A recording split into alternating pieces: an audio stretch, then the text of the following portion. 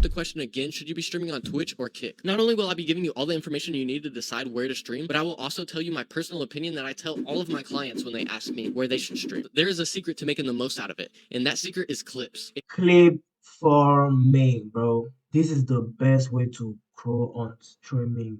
Right now, it is. Once you blow on TikTok, bro, boom, YouTube or Twitch, or boom, YouTube. You do a lot of videos and boom, Twitch. With Kick, the biggest pro is the revenue split. Streaming platforms take out a percentage of everything that you make, and Kick takes substantially less, only 5% of all of your streaming revenue. Twitch, on the other hand, takes 50% of everything you make until you finally reach that partner status, and then you get upgraded to a 70-30 split. Still far worse than the 95-5 split that Kick offers. For example, if you make $100 on Twitch, Twitch will take $50 of that 100. That's And crazy. you will be left with $50. Whereas if you made $100 on Kick, Kick will take $5 and you'll be left with $95. $45 difference, bro. This shit is crazy, bro. Twitch, what the fuck? Twitch. Another pro Damn. with Kick is what I would call content freedom. Basically meaning you could do whatever you want. With Twitch, they can sometimes be a little strict with what you can do and can't do on stream, including what you say and That's why I fuck with Kick, bro. You can say whatever you want to say, bro.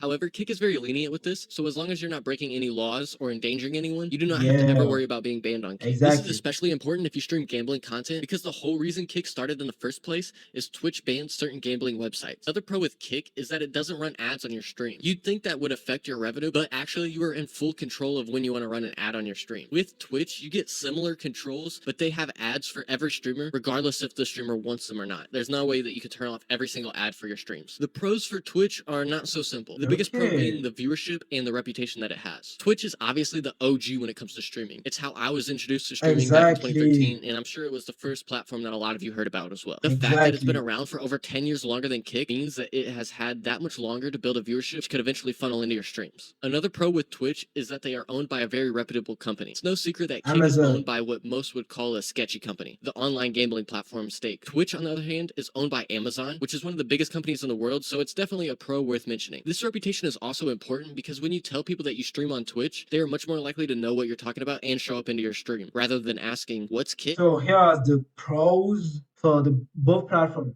I think like Kick is a good spot, but Twitch is a better spot. From saying, and like you say, bro, you need to keep firm. You need to keep firm. At the beginning, people need to know what the fuck you is, bro. They need to know that, bro. And to do that is by clip farming on TikTok, Instagram, Shorts, YouTube Shorts, so short platforms. You need to do that, bro. Then once you get like a community like 100 viewers or TikTok live or 100 viewers on Twitch or whatever, then you can go whatever platform you want. I feel like that's it, bro. I just give y'all the method, bro. No cap. Kick. Big revenue, content, freedom. For me, I feel like this is the biggest pros. Even if you can run ads unless you want ads. I mean, I don't give a fuck. But that's the biggest pros. Twitch, you got big reputation. Everybody know what is Twitch, especially today. Owned by a trust company, yeah. Amazon, baby, yeah. Amazon baby. I bet.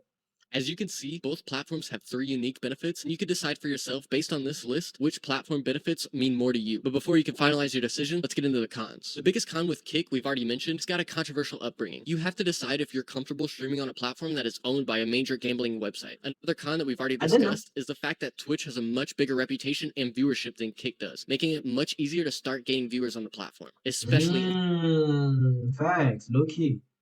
Because nobody's on Kick.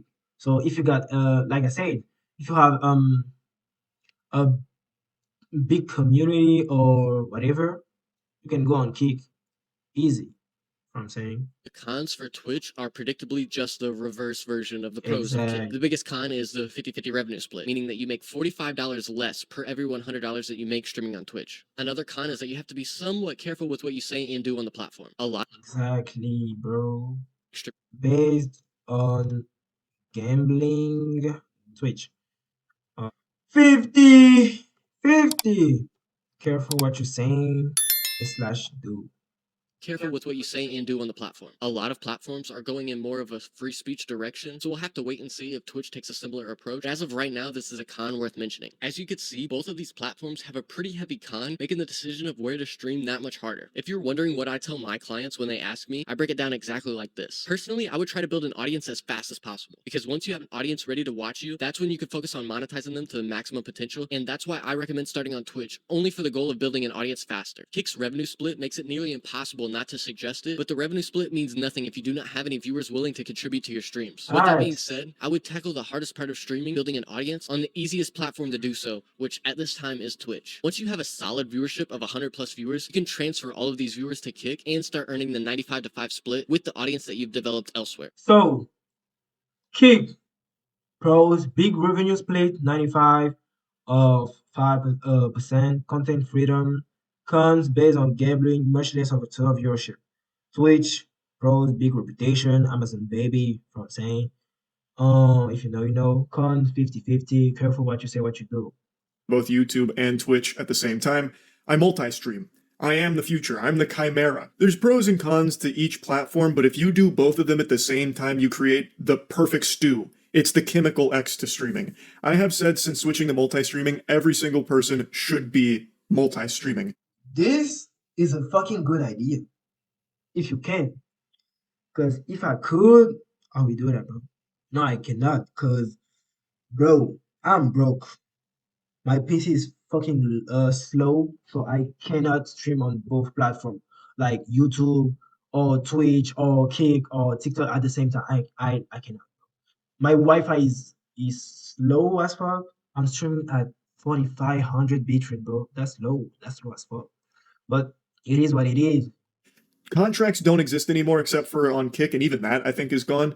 There are no Twitch contracts. There are no YouTube contracts. They've gone extinct, like the saber-toothed tiger. You know, like they have wiped their ass with contracts to creators. So I think you are making a big mistake if you just marry yourself to one of those platforms instead of just doing both, because you can. I want to show you the numbers. I want to bring up my biggest, most profitable stream I ever did on Twitch and then break it down a little bit.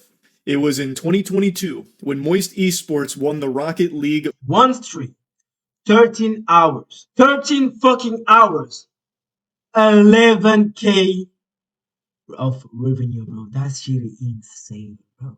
I peaked at 75,000 live viewers. It was a very long stream that I did, and it took home 11.7K for that whole stream. Roughly 2,000 subs, but most of it came through ads, and most of those subs were primes. Subbing on Twitch is far more common than members joining on YouTube. Membership on YouTube is the equivalent of a Twitch sub, where someone on YouTube pays $1. So like a tier 1 sub on YouTube for my channel is $1. On Twitch the minimum's $5, but it's the same concept. You pay money and it's a subscription basically. Now imagine KC3 during Mafiathon, bro.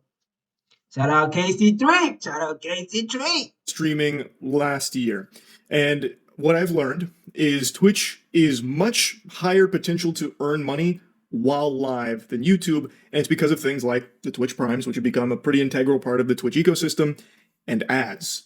Twitch actually has more ads than YouTube, and thus, since more ads are playing, that's more money being generated from those ads to the streamers.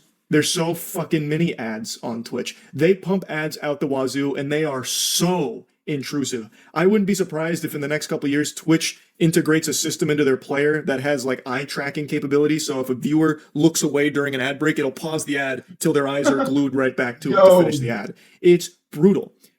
And the VODs on Twitch don't make any money. Like, they just don't. I don't even know if they're fucking monetized, and if they are, I don't know if streamers even see a penny of that. Like, not a single one of those fucking clams makes it to a streamer's pockets through the VODs. Damn. But on YouTube, it's a totally different story. The most profitable anything I've ever done is this stream right here, my Starfield stream. During the stream, I had 31,000 at a peak of 38K, which is a big stream. That is a big stream for me. It's actually more average viewers than the Rocket League one, but the Rocket League stream not only was a longer stream, but had a higher peak, and thus you would expect make more money because of the ads and the subs that came through. Well, what if I told you that's not the fucking case when it comes to YouTube streaming? Because this Starfield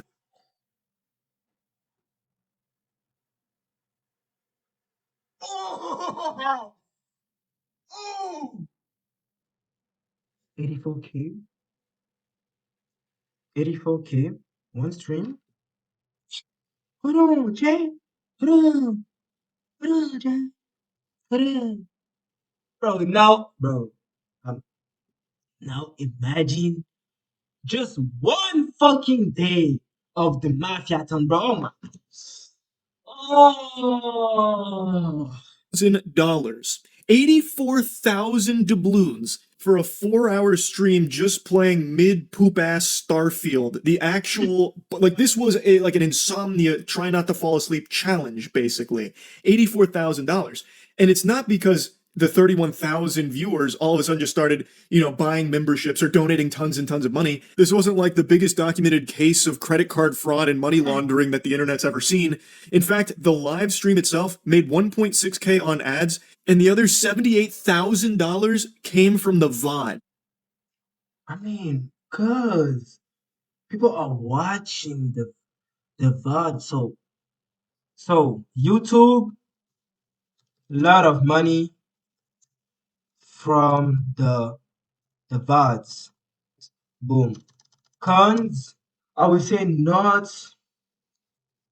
profitable while streaming. While you stream, what I'm saying. But after the stream, Of those memberships were just from people watching Yes, the VOD sir. and then buying a membership, not them doing it while it was live. Also, the supers and gifts, I'm pretty sure that is live. So you can add the 1.6K plus the 1.6K on the supers, so the 1.6K from the live ads plus the super chats. And let's just go ahead and be generous and say, like, the live stream while it was live made 4K. The other Exactly. YouTube has always been about VODs, the videos itself. So when you finish a Exactly. stream, it becomes a VOD, and that enters into the YouTube algorithm. And YouTube is extremely efficient at monetizing VODs. But yes. Facts. This is fucking facts. Yes. So finishing a 4-hour Starfield stream, it immediately saved as a VOD and made tons and tons of money through the VOD. Whereas on Twitch, I don't even think VODs are monetized. And if they are, it's I don't not the think so. creators making the I money don't from the think so. VODs, I don't think. I don't think YouTube is a totally different story. You don't make as much money while you are live from people buying memberships or donating Exactly. money or anything like that. And their ads aren't that frequent on YouTube live streams, thank heavens. But what you miss in live revenue, you make up for with VOD revenue.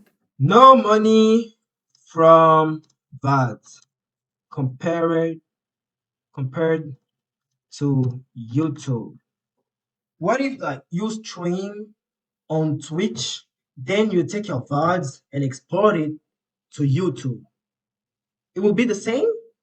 Like, you know what I'm saying? Like, you're not streaming on YouTube, you stream on Twitch.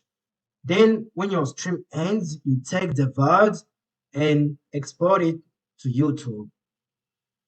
Would it be the same? Like, you know what I'm saying though? Which is why I think you should just do both. Your potential to earn while live is much higher on Twitch, but your potential to earn through VODs is astronomically higher on YouTube. So you're really doing yourself a disservice if you don't just do both. So, boom. Hold on. Streamer, study, Kick, pros, Twitch, YouTube, conclusion. That's my conclusion, what I'm saying. Multi-stream is the best if you can, plus script form. Then if you can't, Twitch plus script form to build an audience fast. Then if you want to go to Kick, what I'm saying. Boom!